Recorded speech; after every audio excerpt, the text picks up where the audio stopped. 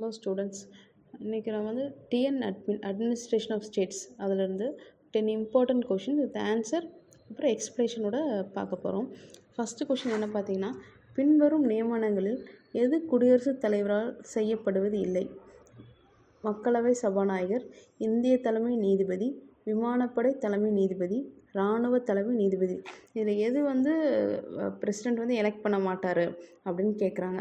அப்போ இதில் என்னென்னா, ஸ்பீக்கர் ஆஃப் லோக்சபா அவங்க வந்து லோக்சபாவில் இருக்க மெஜாரிட்டி மெம்பர்ஸாலேயே செலக்ட் பண்ணிடுவாங்க. அது வந்து பிரசிடெண்ட் செலக்ட் பண்ண மாட்டார். அதாவது ஆன்சரையே மக்களவை சபாநாயகர். செகண்ட் கொஷின் என்ன பார்த்தீங்கன்னா, இந்திய ஒன்றியத்தின் நிர்வாக அதிகாரங்களை இந்திய அரசியலமைப்பு பின்வரும் யாரிடம் ஒப்படைக்கிறது? பிரதமர், குடியரசுத் தலைவர், அமைச்சரவை, பாராளுமன்றம். இதில் என்ன, கான்ஸ்டியூஷன் ஆஃப் இந்தியாவோட எக்ஸிக்யூட்டிவ் பவர்ஸை வந்து யார்கிட்ட ஒப்படைக்கிறாங்க அப்படின்னு கேட்குறாங்க. அதுக்கு சிம்பிள் கொஷின் தான். இதுக்கு ஆன்சர் வந்து பிரசிடெண்ட், அதாவது பி, குடியரசுத் தலைவர் இதோட ஆன்சர். நெக்ஸ்ட் கொஷின் வந்து தேர்ட் கொஷின் வந்து, அரசியலமைப்பை மீறியதற்காக குடியரசுத் தலைவரை யாரால் பதவி நீக்க செய்ய முடியும்? இந்தியாவின் தலைமை நீதிபதி, இந்திய துணை குடியரசுத் தலைவர், மக்களவை சபாநாயகர், நாடாளுமன்றத்தின் இரு அவைகள். இதுவும் அதேமாரி சிம்பிள் கொஷின் தான். இப்போ குடியரசுத் தலைவர் வந்து பதவியிலேருந்து யார் நீக்க முடியும்? பிரசிடெண்ட்டை வந்து யார் எப்படி நீக்கலாம் அப்படிங்கிற பற்றி கேட்டிருக்காங்க. இதுக்கு வந்து ஆன்சர் டி, நாடாளுமன்றத்தின் இரு அவைகள். அதாவது என்னென்னா, இப்போ குடியரசுத் தலைவர் ஏதாவது கம்ப்ளைண்ட்ஸ் இருந்தால் அந்த நாடாளுமன்றத்தில் வந்து அந்த கம்ப்ளைண்ட்ஸ் வந்து ரைஸ் பண்ணி அவங்க மூலமாகவே மெஜாரிட்டியான ஆளுங்க வந்து அவங்களே இது பண்ணிக்கலாம், அவர் வந்து பதவி நீக்கம் பண்ணிக்கலாம் அப்படின்னு போட்டிருக்காங்க. நெக்ஸ்ட் கொஷின் வந்து ஃபோர்த் கொஷின், இந்திய குடியரசுத் தலைவருக்கு பின்வரும் அதிகாரங்களில் இல்லாதவை. இப்போ 2 ஆப்ஷன்ஸ் கொடுத்துருக்காங்க. இதில் எதெல்லாம் அவருக்கு அதிகாரம் இல்லை பிரசிடெண்ட்டுக்கு அப்படின்னு கேட்குறாங்க. சரத்து 360 மூலம் மாநிலத்தில் நிதி நெருக்கடி நிலையை அறிவித்தல், அது ஃபர்ஸ்ட் ஒன். செகண்ட் வந்து மாநிலத்தில் அரசியலமைப்பு இயந்திரத்தின் எதிர்காலத்தை அறிவிக்க. இதுக்கு வந்து ஆப்ஷன்ஸ் கொடுத்துருக்காங்க. ஏ வந்து 1 ஒன்லி, பி வந்து 2 ஒன்லி, சி வந்து 1 and 2, டி வந்து இதில் எதுவுமே அதிகாரம் இல்லை அப்படின்னு சொல்கிறாங்க. அதுக்கு ஆப்ஷன் ஆன்சர் வந்துட்டு 1 மட்டும்தான். அதாவது என்னென்னா, ஃபினான்ஷியல் எமர்ஜென்சி வந்து அவர் வந்து அறிவிக்க முடியாது. ஆர்டிக்கல் 360 படி ஒரு ஸ்டேட்டோட ஃபினான்ஷியல் எமர்ஜென்சியை ப்ரொக்ளைம் பண்ணுறதுக்கான பவர்ஸ் வந்து அவருக்கு கிடையாது. நெக்ஸ்ட் கொஷின் வந்து, பின்வரும் கூற்றுகளை காண்க அப்படின்னு ஸ்டேட்மெண்ட் கொஷின் தான் கொடுத்துருக்காங்க. இது என்னென்னா, ஃபர்ஸ்ட் ஒன் வந்து, இந்திய குடியரசுத் தலைவரின் 5 ஆண்டு பதவிக்காலம் முடிவடைந்தவுடன் புதிய குடியரசுத் தலைவர் பதவியேற்கும் வரை வெளியேறும் குடியரசுத் தலைவர் தொடர்ந்து பதவியில் இருக்க வேண்டும். இது ஃபர்ஸ்ட் ஒன்று. செகண்ட் வந்து, குடியரசுத் தலைவர் தேர்தலுக்கான தேர்தல் குழுவில் டெல்லி மற்றும் புதுச்சேரி சட்டமன்றங்களின் தேர்ந்தெடுக்கப்பட்ட உறுப்பினர்களும் அடங்குவர். இதில் வந்து மேலே குறிப்பிட்ட கூற்றுகளில் எது சரியானது அப்படின்னு கேட்டிருக்காங்க. ஆன்சர் வந்து சி, 1 அப்புறம் 2 ரெண்டுமே கரெக்ட் அப்படின்னு போட்டிருக்காங்க. இது என்னென்னா, இப்போ பிரசிடெண்ட்டோட 5 இயர்ஸ் முடிஞ்சிருச்சு அப்படின்னா அடுத்த பிரசிடெண்ட் எலெக்ட் பண்ணி போடுற வரைக்கும் அவர் வந்து பிரசிடெண்ட்டாக இருந்துக்கலாம். அது ஃபர்ஸ்ட் ஆப்ஷன், அது கரெக்டு. செகண்டுக்கு என்ன சொல்கிறாங்கன்னா, இது பிரசிடெண்ட் எலெக்ஷனில் வந்து லெஜிஸ்லேட்டிவ் அசம்பிளியோட டெல்லி அண்டு புதுச்சேரியோட லெஜிஸ்லேட்டிவ் மெம்பர்ஸ் இருப்பாங்க அப்படின்னு சொல்கிறாங்க. இது ரெண்டுமே கரெக்டு தான்.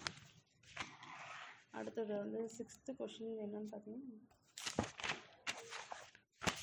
6th கொஷின் வந்து, இந்திய அரசியலமைப்புடன் தொடர்புடைய பின்வரும் கூற்றுகள் எது சரியானது? சரிங்களா. ஃபஸ்ட்டு ஒன்று, திட்டக்குழு நாடாளுமன்றத்திற்கு பொறுப்பானது.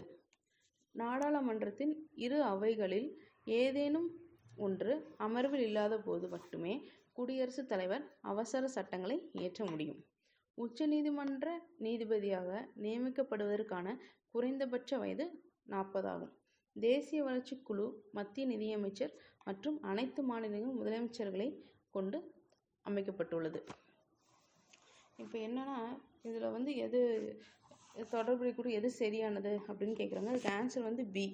என்னன்னா, நாடாளுமன்றத்தின் இரு அவைகளும் ஏதேனும் ஒன்று அமர்வில் இல்லாத போது மட்டுமே குடியரசுத் தலைவர் அவசர சட்டங்களை இயற்ற முடியும். அப்போ அந்த பார்லிமெண்ட்டில் எந்த ஹவுஸும் இப்போ இல்லை, அவங்களால எந்த ஆர்டர்ஸும் போட முடியல அப்படின்னா அந்த டைமில் வந்து குடியரசுத் தலைவர் வந்து பண்ணிக்கலாம் அப்படிங்கிறாங்க. அதுக்கு வந்து ஆர்டிக்கல் 123 படி அப்படி பண்ணிக்கலாம் அப்படின்னு சொல்கிறாங்க. சரிங்களா. நெக்ஸ்ட் ஒரு சிம்பிளான கொஷின் தான்.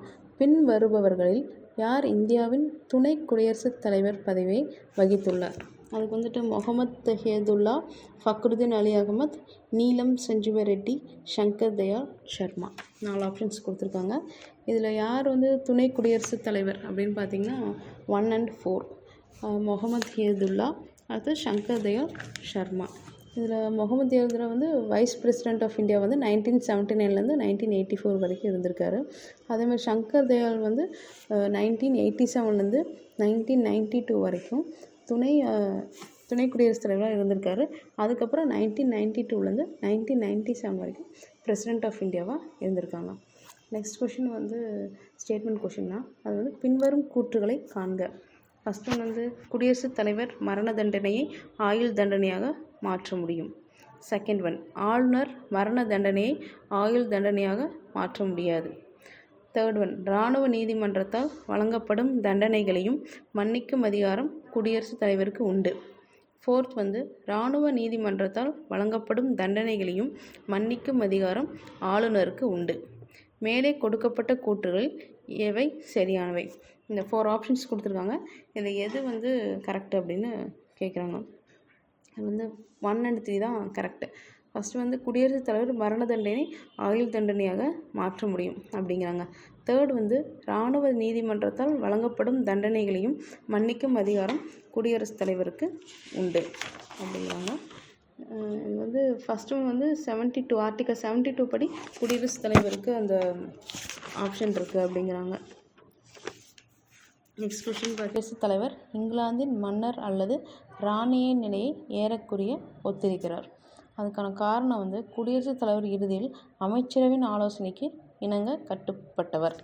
இதுக்கு ஆப்ஷன்ஸ் வந்து 4 ஆப்ஷன்ஸ் கொடுத்துருக்காங்க. ஏ அண்ட் ஆர் தான் ட்ரூ அப்படின்னு கொடுத்துருக்காங்க.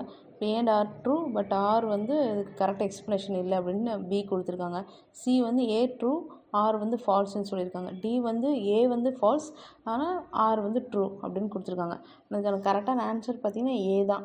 ஏ அண்ட் ஆர் ரெண்டுமே கரெக்டு தான். ஆர் தான் வந்து அதுக்கான கரெக்டான எக்ஸ்ப்ளனேஷன் அப்படிங்கிறாங்க. ஏன் வந்து இங்கிலாந்து மன்னரோட இந்திய குடியரசுத் தலைவர் ஒப்பிடுறாங்க அப்படின்னா 2 பேருமே அந்த கான்ஸ்டியூவன்சி, அந்த கவர்மெண்ட்டோட சட்ட அமைப்பு என்னவோ அதுபடி தான் அவங்க 2 பேருமே நடக்கணும். அதை மீறி அவங்க எந்த முடிவோ எந்த ஆலோசனையோ அவங்க பண்ண முடியாது. அதனால தான் 2 பேருக்கும் ஒரேமாரி ஃபீச்சர்ஸ் இருக்கும் அப்படின்னு சொல்கிறாங்க. நெக்ஸ்ட் கொஷின் பார்த்திங்கன்னா அதுவும் இதுமாரி ஸ்டேட்மெண்ட் கொஷின் தான். அது வந்து இந்திய குடியரசுத் தலைவர் பற்றிய பின்வரும் கூற்றுகளை கவனியுங்கள். இதில் வந்து எது சரியானது அப்படின்னு நம்ம கண்டுபிடிக்கணும். மொத்தம் 3 ஆப்ஷன்ஸ் கொடுத்துருக்காங்க. ஃபஸ்ட்டு வந்து, குறிப்பிட்ட தகவல்களை பெற அமைச்சரவை அணுகவும் செய்தி அனுப்பவும் குடியரசுத் தலைவருக்கு உரிமை உண்டு. செகண்ட் ஒன் வந்து, சட்டம் இயற்றல் முன்மொழிகள் தொடர்பான தகவல்களை கோர குடியரசுத் தலைவரால் முடியும். தேர்டு வந்து, ஒன்றிய நிர்வாகம் தொடர்பான அமைச்சரவையின் அனைத்து முடிவுகளும் குடியரசுத் தலைவருக்கு தெரிவிக்கப்பட வேண்டும். இதில் வந்து எது கரெக்டு அப்படின்னு கேட்டிருக்காங்க. ஆன்சர் அதில் ஆப்ஷன்ஸ் கொடுத்துருக்காங்க. 1 and 3 தான் correct, 2 and 3 correct, 1 and 2 correct. D option வந்து 1, 2 and 3 எல்லாமே கரெக்டுன்னு போட்டிருக்காங்க. ஆன்சர் வந்து டி தான் ஆன்சர் இருக்குது. 3மே கரெக்டு தான். ஏன்னா அவர் குடியரசுத் தலைவரால் யாருக்குனாலும் என்ன மெசேஜ்னாலும் கவர்மெண்ட்டுக்கு அனுப்ப முடியும். அங்கேருந்து அவருக்கு ஏதாவது டீட்டெயில்ஸ் தேவைனாலும் அதை கேட்டு வாங்க முடியும். அதேமாரி சட்டம் இயற்றும் முன்மொழிகள், ஏதாவது லா அண்ட் ஆர்டர் ஏதாவது போட போகிறாங்க அப்படின்னு சொன்னால் அது என்னென்னு முன்கூட்டியே அவர் கண்டிப்பாக சொல்லணும். எந்த கவர்மெண்ட்டில் ஏதாவது சேஞ்சஸ் இருக்குது அப்படின்னாலும், இல்லை ஏதாவது மாற்றம் கொண்டு வரனாலும் அவரால் அதை கொண்டு வர முடியும்னு சொல்கிறாங்க. ஸோ ஓகே ஸ்டூடெண்ட்ஸ், இன்றைக்கி வந்து இந்த டிஎன் அட்மினில் 10 கொஷின் டிஸ்கஸ் பண்ணியிருக்கோம். இதில் உங்களுக்கு ஏதாவது டவுட்ஸ் இருக்குது, இல்லை ஏதாவது சேஞ்சஸ் பண்ணணும்னா நீங்கள் கமெண்ட் செக்ஷனில் கமெண்ட் பண்ணுங்கள். அதுபடி சேஞ்சஸ் பண்ணலாம். அதேமாரி வேறு ஏதாவது டாபிக் டிஸ்கஸ் பண்ணணும் அப்படின்னு சொன்னால் அந்த டாபிக் பற்றியும் நீங்கள் கீழே கமெண்ட் பண்ணிடுங்க. அதுவும் நம்ம டிஸ்கஸ் பண்ணலாம். சரிங்களா? Thank you students.